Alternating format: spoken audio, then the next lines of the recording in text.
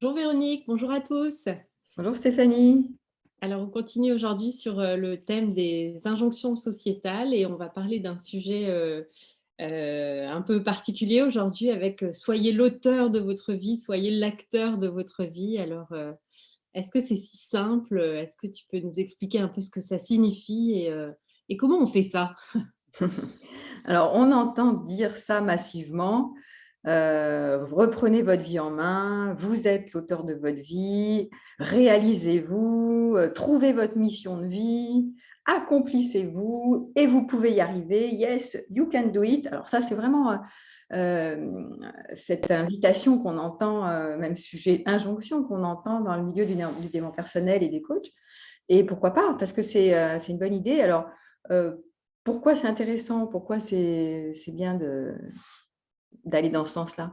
Bah parce que ça crée de la motivation. Si tu te dis et que tu crois que tu as un libre arbitre et qu'en te donnant les moyens, tu peux y arriver, hein, si je veux, je peux, eh ben, c'est quelque chose qui va mobiliser de l'énergie, une énergie, un élan, une tension du désir pour aller vers quelque part, vers un résultat.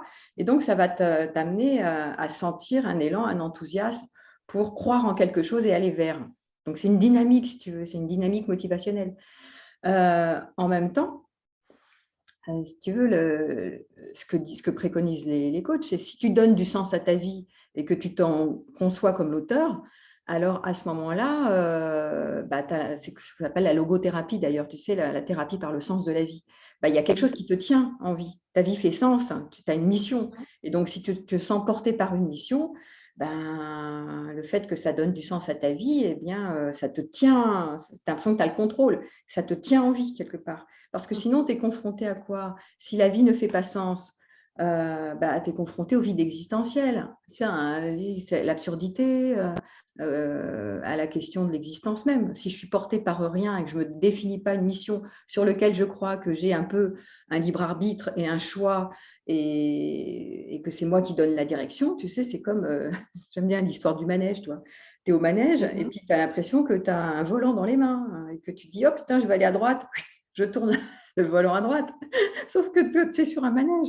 Donc, ça va être la question, avec ce truc de soyez l'auteur de votre vie, la question qui va se poser, c'est est-ce que c'est vrai que j'ai le libre arbitre, tu vois, que j'ai vraiment le choix? Est-ce que quand je fais ça, est-ce que j'ai vraiment le contrôle, tu vois? Parce que je peux dire, oui, j'ai envie de devenir écrivain parce que j'ai toujours été portée par ce métier, ça donne du sens à ma vie, j'arrête le métier que je fais, par exemple, voilà. Donc, j'ai trouvé ce qui fait sens et je vais trouver les moyens, je suis l'auteur, je vais me réaliser et à ce moment-là, je serai heureuse. Tu vois, je te donne un Mhm. exemple concret. Donc, hop là, je vais tourner mon volant à droite. Sauf que ça va poser toute la question du libre arbitre, ça. Et ça, c'est l'antithèse et la limite de cette injonction sociétale, qui est que quand je crois que je peux aller vers quelque chose qui fait sens à ma vie, alors je mets beaucoup d'énergie et je vais y croire et je crois que c'est moi qui suis au contrôle, c'est moi qui peux, si je veux, je peux. Et le problème, c'est que ça te met une pression énorme et notamment tout ce qui est coach en développement personnel, ils te disent, mais si, vous pouvez y arriver, vous, en utilisant telle ou telle technique, en faisant ça et ça. En management, on va te dire, trouver les moyens organisationnels, psychologiques, enfin tous les moyens possibles, et vous pouvez y arriver. Sentez-vous responsable. Hein, Mais il y vous a êtes certaines l'auteur. personnes qui vont, pardon, il y a certaines personnes qui vont y arriver et d'autres non. Qu'est-ce qui fait, enfin, Ben voilà, justement, il y a personnes qui vont y comment arriver et trouver d'autres qui ne vont pas y arriver. le Parce qu'il y bon a, alors, il y a une histoire de compétence, mais il y a une histoire de pression que je me mets. Il y a un seuil. Quand tu te mets une pression énorme parce que tu crois que tu peux y arriver et on te dit que tu peux y arriver et tous les petits voisins, il y a des petits voisins, des camarades qui, eux, y arrivent et pas toi, et ben, il y a des personnes qui sont tellement dans un idéal élevé sur eux-mêmes et ils veulent tellement y arriver que la pression est si forte que du coup, ben, ils s'écroulent en fait. Et tu vois, il y a un bouquin qui est sorti dans les années 98 d'Alain Ehrenberg qui s'appelle La fatigue d'être soi. Et tout ce livre est consacré à ça. C'est-à-dire quand je me mets une telle pression pour devenir, pour être auteur, pour devenir ce que je crois être bon pour moi, ce qui fait sens à ma vie, et que je me sens l'entière responsable de ça, c'est tellement lourd bah, que ça colle des dépressions aux fesses en fait. Hein. De l'anxiété, des dépressions, tellement je me mets la pression pour certains d'entre eux qui sont trop alourdis par cet idéal de je crois que c'est moi ici qui est le volant. D'accord. Donc, c'est somme toute très positif. Si tu ne dépasses pas ce seuil, comment tu peux voir justement que tu atteins ce seuil et que là, tu es à un état où c'est un peu warning et il faut faire attention Oui, et tu ça perds le c'est quand contrôle? tu oui, oui, quand tu dépasses ce seuil, c'est quand tu vois que tu te mets une pression énorme pour y arriver, que Mmh. tu crois que tu es sûr, hein, tu remets pas en question le libre arbitre. C'est-à-dire, tu crois que tu as le libre arbitre, tu crois que c'est toi qui es responsable et que si tu te donnes vraiment les bons moyens, les bonnes techniques, alors tu vas y arriver. C'est moi qui suis au contrôle. Donc je me mets une telle, pression, que du coup, forcément, il y a un seuil de tolérance, ton organisme il en peut plus, quoi. Mmh. C'est ce qui va provoquer l'effondrement de la personne et l'estime de moi qui va s'écrouler. J'y arrive pas, je suis nulle, je suis pas à la hauteur de mes idéaux, mais pourtant ça fait sens, je devrais y arriver, tout le monde me dit que je devrais y arriver, que c'est bon pour moi, et cetera. Et donc dans certaines, orientations, il y a certains mouvements philosophiques ou mouvements spirituels où on te dit, clairement, par exemple, je pense à l'Advaita Vedanta, mais il y a d'autres mouvements philosophiques où on contrarie cette idée-là, qu'on a le libre arbitre, qu'on est l'auteur de notre vie. Non, il y en a certains qui te disent, c'est notre façon de penser, c'est notre perspective, qu'on n'a pas le choix en fait, on n'est pas au contrôle, il y a personne. Il n'y a pas un agissant personnel, quelqu'un qui croit qu'il va y arriver, si et seulement si, il fait ceci, ceci, cela, et ça va marcher, tu vois. Ici, c'est dans cette injonction sociétale, vous êtes l'auteur de votre vie, vous pouvez y arriver, accomplissez-vous. On est vraiment au cœur d'un sujet crucial qui est est-ce que j'ai le contrôle, est-ce que j'ai pas le contrôle, est-ce que j'ai du libre arbitre, est-ce que j'en ai pas. C'est une question qui est vraiment pointue. Je veux dire, est-ce qu'on croit, c'est une croyance, est-ce que je crois que j'ai du libre arbitre ou pas, tu vois, et jusqu'où je Mmh. crois que j'en ai. Et Ouais. parce qu'on est quand même vachement pris par, et on le sait tous, par nos conditionnements, par notre éducation, par notre époque, la sociologie, etc., nous impacte énormément, mais énormément, tellement énormément que des fois, on n'a pas le choix. Notre époque qui nous influence en ce moment sur, oui, en ce moment, on est sur, vous êtes l'auteur de votre vie, vous pouvez y croire, allez-y, foncez, voilà. Donc, c'est une croyance. C'est une époque. Il y a eu des périodes où c'était la religion. Et donc, quand on était dans la religion, ils croyaient en Dieu et te disaient vous ne faites pas de péché. Alors, c'est des systèmes de croyances. Mmh. On n'adhère pas. Mais quand tu es dans le mouvement, tu es pris comme un mouton et tu y adhères parce que tout le monde y adhère. D'accord. Donc, mais cette question cruciale qui est je prends un peu de distance et je me questionne sur est-ce que c'est vraiment vrai qu'on a du libre arbitre ou pas? Si tel est qu'on a un tel conditionnement de par nos expériences, nos histoires, notre éducation, notre culture, notre époque, etc., nous influencent pour un oui, pour un non. Est-ce qu'on a du libre arbitre ou pas, ou est-ce qu'on est le fruit de nos conditionnements? Et si on croit justement l'inverse, qu'on n'a pas tant de libre arbitre que ça, à ce moment-là, on peut se détendre tout de suite. Ça ne sert à rien de se mettre une pression énorme pour devenir quelqu'un qui se prend pour quelqu'un et qui va vers quelque chose qui va être mirifique, qu'on lui fait miroiter, pour donner du sens à sa vie, sur lequel il va être transporté, soi-disant, parce que en attendant d'y arriver, bonjour le chemin où tu vois, il retrouve ses manches et des fois, il n'y arrive pas. Donc, Mais ça dépend de quoi alors vers jusqu'où on tient ça, quoi. ça Hmm. dépend de quoi ce libre arbitre et est-ce qu'on est tous égaux face à ça? Ça dépend d'une croyance, hein, c'est un système de croyance. Est-ce que tu crois que tu as le libre arbitre ou pas? Si tu crois que tu en as un, tu vas être partisan de je suis l'auteur de ma vie. Quand tu commences à déconstruire cette idée je suis l'auteur de ma vie, tu peux te mettre moins la pression et commencer à te détendre. Parce que la vie, elle va où elle va. Je veux dire, à un moment donné, si tu es vraiment pris et possédé par tes conditionnements, qu'est-ce qu'on peut faire? On peut juste les accueillir avec bienveillance, ce qu'ils disent d'ailleurs dans ces mouvements philosophiques. Voilà, vous êtes pris par vos conditionnements, votre génétique, votre culture, etc.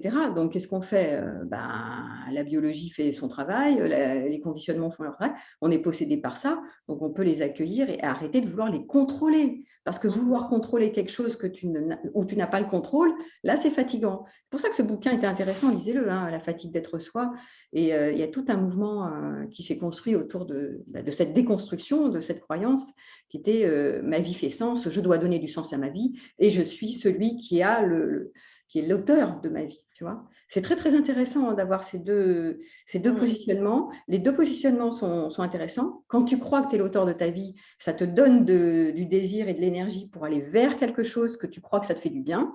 Et c'est ce qu'on appelle la logothérapie. Viktor Frankl, qui a démarré avec ça, qui était sorti des camps de concentration, je ne sais pas si tu te souviens, et qui avait créé la thérapie par le logo, c'est-à-dire par le sens. Il avait remarqué que ceux qui s'en sortaient, qui avaient survécu le mieux, qui étaient les plus résilients, c'était ceux qui avaient donné du sens à leur vie après la guerre. Tu vois. Mais ceux qui ne donnaient pas de sens à la vie, ben, c'était l'effondrement, c'était tous les états dépressifs, c'était l'effondrement total. Donc donner du sens à sa vie, ça peut être bien parce qu'effectivement, ça te porte. Tu as l'impression que tu es là et que tu n'es pas rien parmi rien, tu vois, et que tu retournes à la poussière et que tu es une poussière et que de toute façon, rien ne sert à rien. Et en même temps, il y a la limite de ça, hein, la pression que tu te mets, l'idéal que tu te mets, qui peut donner cette fatigue, cette espèce de mais j'y arriverai jamais, les autres y arrivent et c'est pas possible d'être l'auteur de sa vie. Je crois que j'ai le contrôle, est-ce que c'est vraiment vrai? Donc, c'est vraiment intéressant, si tu veux, de mettre ces perspectives de croyances qui sont complètement inversées. D'une part, tu crois que tu as vraiment, t'es l'auteur, et d'autre part, tu n'es pas l'auteur. Il n'y a rien, tu n'as pas le contrôle. Donc, tu peux te détendre tout de suite, tu vois. Et les deux, il y a des moments, je pense que les deux sont intéressants. Ces deux visions peuvent être extrêmement contraires, mais parfois, c'est intéressant de te dire, ah, je vais quand même jouer le jeu et donner du sens à ma vie, parce que c'est motivationnel, etc. Puis il y a des moments, il faut que j'arrête de mettre la pression pour arriver à quelque chose. Ou arriver à me on avait travaillé sur la détente, tu vois. Détendez-vous, lâchez-vous. Tu parles, plus tu te dis que tu dois lâcher, et moins tu te lâches, quoi. Moins tu te détends. Ouais. Voilà. Donc, il y a cette dynamique-là qui est en jeu. À un moment donné, il y a ce qu'il y a, quoi. Parce que tu peux te détendre avec le fait que tu n'y arrives pas, par exemple, tu vois. Mais que tu voudrais tellement y arriver et que tu n'y arrives pas. Ah mince, ça c'est l'impro. Donc, c'est Voilà. rester vigilant et dans l'écoute pour pas que ça devienne le revers de la médaille et que ça parte dans le mauvais sens.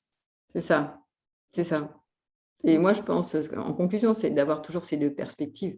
Quand je pars trop dans une direction, quand je crois que je suis l'auteur, est-ce que c'est vraiment vrai que je suis autant l'auteur que ça? Et quand je pars dans l'autre direction, qui est vraiment une direction beaucoup plus passive de la vie, hein, qui est je me laisse faire par la vie, je me laisse traverser. Mais à ce moment-là, je peux aussi sentir une forme de désespoir qui est à quoi ça sert tout ça, quoi. Et donc, tu sais, je vois les autres qui s'agitent comme des fourmis et qui jouent à des jeux là pour arriver à quelque chose, l'argent, le sexe, le pouvoir, le machin, le bonheur, etc. Bon, ils sont bien mignons, mais tu vois, ça c'est l'autre direction. Donc, c'est une perspective qui peut être parfois un peu pessimiste et défaitiste.